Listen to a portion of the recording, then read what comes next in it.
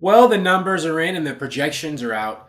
Justice League, a movie that I loved and saw multiple times in the theaters, might be lucky if it reaches $700 million globally before it leaves theaters, which is horrible. At least for me as a DC fan, as a Justice League fan. I thought that movie was very good and was definitely, it had faults, but I thought it was good enough and had enough good in it, enough quality for it to reach, to make more money than that, get in the 800 million range. And therefore, and above. And I'm sure Warner Brothers, the studio that made Justice League, had higher expectations for it financially than that. I said in a previous video that I thought Justice League might be able to reach the 800s and play like Fantastic Beasts did, but that's probably not going to happen. It's probably going to top out in 650 to 700. That's not bad exactly, but given the fact that this is a movie that cost, after reshoots and stuff, $300 million to make or around there, for what they said, and I don't know if that includes or doesn't include the marketing, and the fact that that might be the lowest box office total for any movie in the DC cinematic universe or extended universe or whatever of this current era. That's even less, I think. 650 is less than Man of Steel. That's not good for a movie that puts forth, DC's best, most of DC's best and most popular heroes, and was supposed to be a positive touch point for their cinematic universe if everything went well. And it hasn't. Now, you may be wondering, if I liked the movie, which I did, what do I care if other people didn't like it or how much money it made? If it satisfied me, that's enough. If you like a movie and, your opinion is the only one that matters, no matter how much money it does or doesn't make, if you liked it, you had a good cinematic experience. And you're correct. For the most part, I don't care whether or not anybody else liked it. But I do care about it underperforming at the box office because as a DC fan, I want their movies to succeed and I want them to keep making movies for a very long time. I'm sure DC's going to still make movies with Warner Brothers. I don't think all this reboot talk that rumblings that people are saying and some other YouTubers, that's not going to happen. They're not rebooting anything. But, I don't just want them to squeak by or survive. I want them to thrive and rise to the top, of the superhero movie business. And Justice League's underperformance and critical thrashing has made it look like that's not going to happen anytime soon. There was Wonder Woman, of course, but Justice League was kind of a low point after a really high point with Wonder Woman. Well, I don't know. It's debatable if it's a low point. 650 to 700 million, that's not a bad amount of money for a movie to make, but given the kind of movie this is, you would have expected it to do more. So I'm going to put on my studio executive hat and put forth my ideas about what DC movies need to do in the future so that this doesn't happen again. But first, you can't do that without taking a look at what went wrong with your recent, setback. And Justice League was, at least on paper and critically, a setback. Not with me, but, in general, it kind of was. So let's start with 3 reasons why I think Justice League didn't do as much as maybe Warner Brothers was hoping this year. Number 1, it was the sequel to Batman vs. Superman, a movie that a lot of people didn't like. There were a lot of fans of BVS. It made like $873 or $63 million worldwide. It was good on paper. It's good financially. Critically, it was trashed.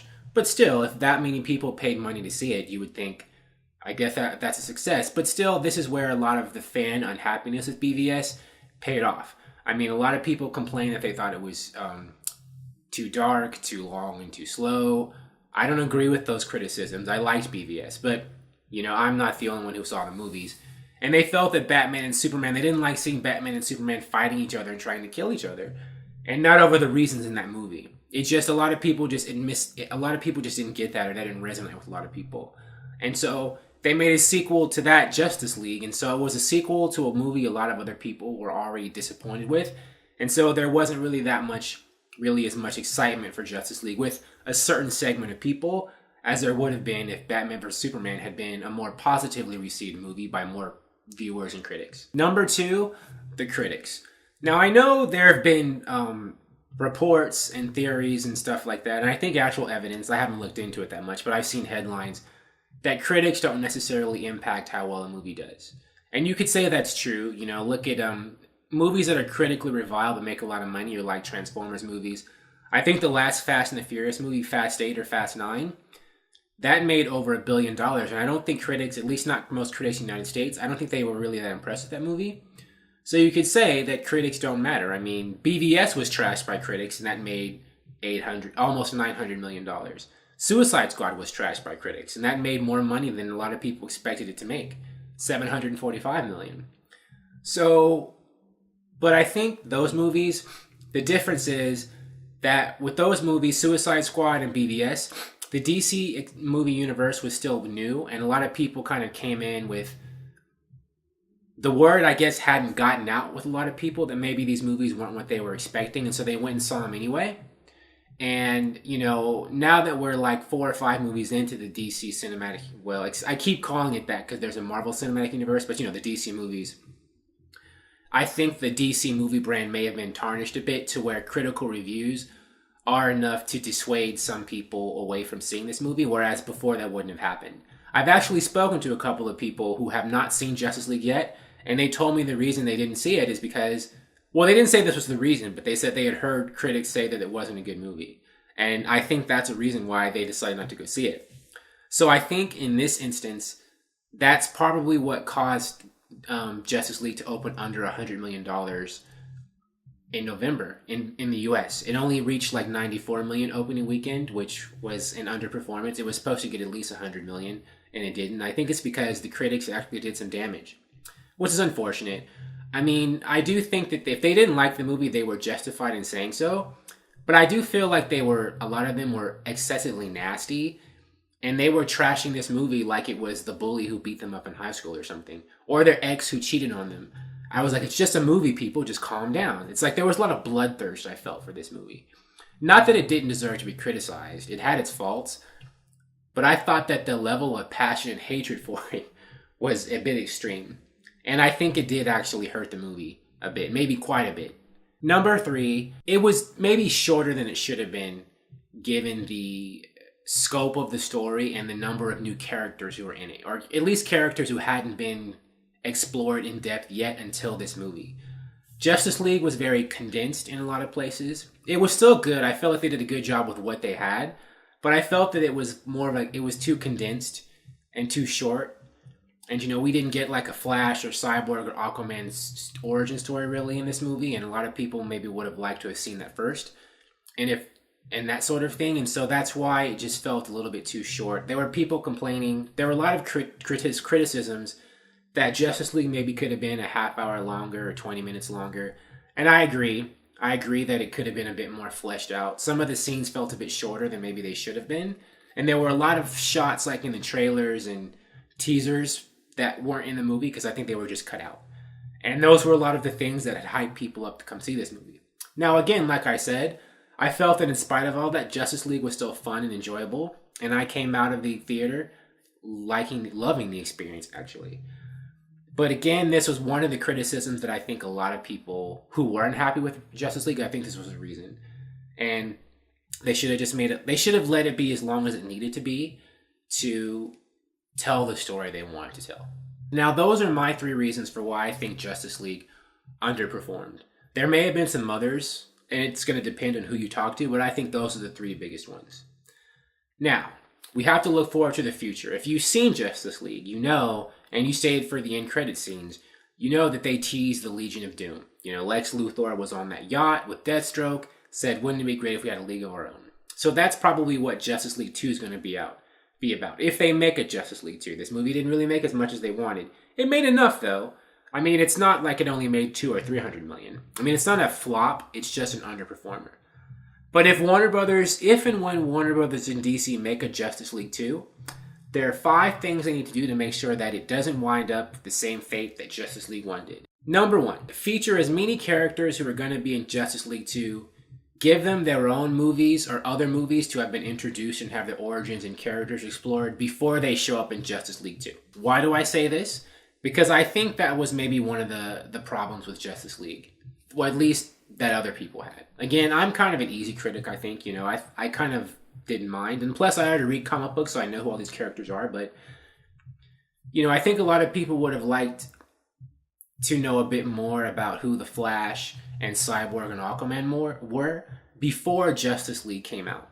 And that would have helped the movie wouldn't have had to spend, it wouldn't have felt like the movie was shortchanging those characters, because we would have already seen them before, and the screen time they got in Justice League wouldn't have felt like too little. We wouldn't have been sitting there thinking, well, we got an abbreviated version of Cyborg's origin story, but is there more than that? The same with the Flash. We actually didn't get a Flash origin for Flash at all. And Aquaman, they touched on Aquaman's origin, but it was very, very slight. And I think a lot of people felt that it was too slight and that the movie wasn't long enough to accommodate them. Number 2, let the movie breathe. Let the movie be as long as it needs to be for the kind of plot it is. This is what I was touching on with my reasons previously why Justice League underperformed. If you're going to have a movie with 7 or 8 main characters, heroes, because by the time Justice League 2 comes out, they might have other heroes join on top of the ones who were in Justice League 1, like Martian Manhunter or Shazam or Black Canary or whomever, Green Arrow, or maybe some other people completely different. With that many people in here, on top of the other ones we got in the first Justice League, that can't or shouldn't be a short movie. And even then, if we do the Legion of Doom, we have all these supervillains in it too. Hopefully, they'll have been introduced in other movies prior, and, we'll have enough time, the movie will be long enough to accommodate that many people. So I hope that they don't mandate that Justice League only be 2 hours. They let it be as long as it needs to be, 2.5, maybe 2:45. I know that's going to be tough for a lot of people, 2 hours and 45 minutes, but, if you're going to tell a big story, you got to have the mileage to tell it. And that leads me to number 3. People will be excited to watch a 2-hour, 45-minute Justice League 2 if there's already been a string of successful solo movies or other movies leading up to this. And number 3 is I think they should make as many standalone movies, good standalone movies or other movies, before they get to Justice League. Build up that positive momentum. If they make a series of movies that are both critically and financially successful, more people will get excited for a DC team-up movie like Justice League 2, and there'll be a lot more positive anticipation and excitement for this movie. More than maybe there was for the first Justice League, evidently. If Aquaman goes well, and I think Aquaman will because James Wan is a good director, and he's directed every James Wan movie I've seen has been good. Wonder Woman 2, of course, with Patty Jenkins, that's probably going to go over well. Shazam, if Shazam goes over well too, that'll be 3 good DC movies. And, word will spread and people will have more faith and trust in DC so that when they see Justice League 2, that will help the movie. People will be excited to see what happens with all these characters. Which leads me to number 4. What will also get people excited for Justice League 2 is if the plot or storyline or creation of Justice League 2, it comes about organically. It's a natural outgrowth or evolution of the story. The first Justice League was, I think felt rushed, or that they didn't build up to it enough before they decided to do their big team-up movie. It was too much too soon, maybe too early. And so, with the next Justice League 2, I hope that they put it off until they're ready for it, until people are ready for it and anticipating it. And I think that'll just, if, we have these seeds planted in earlier movies, then people will be more excited to see that movie because there'll have been this build-up. There wasn't much build-up to the first Justice League. The only prior movie was one movie, really, BVS, and sort of Man of Steel, but BVS was hated by a lot of people, so they weren't that excited for Justice League. So, well, not everybody. A lot of people were excited, but not everyone. Not enough people. So with Justice League 2, I think they should wait, DC, until they have multiple movies already, having come out before that. And, they plant the story threads to lead up to this Justice League 2 and the Legion of Doom and things like that. And maybe bring around Darkseid for Justice League 3 or something like that later on. And number 5, just to be as safe as they can to help inoculate them, or hopefully against critics, backlash, tearing them apart, hire a director that critics love. Or at least one that has a really good track record earlier. Don't take the risk, or maybe a new guy, but probably someone they already like Patty Jenkins, or maybe even Steven Spielberg. I know Steven Spielberg, not every movie he's made has been a hit, but he's a legendary director and he's had more things going on before. he gets to this. Or James Cameron, although I think James Cameron said he doesn't want to do superhero movies. I mean, people like them. It doesn't have to be them.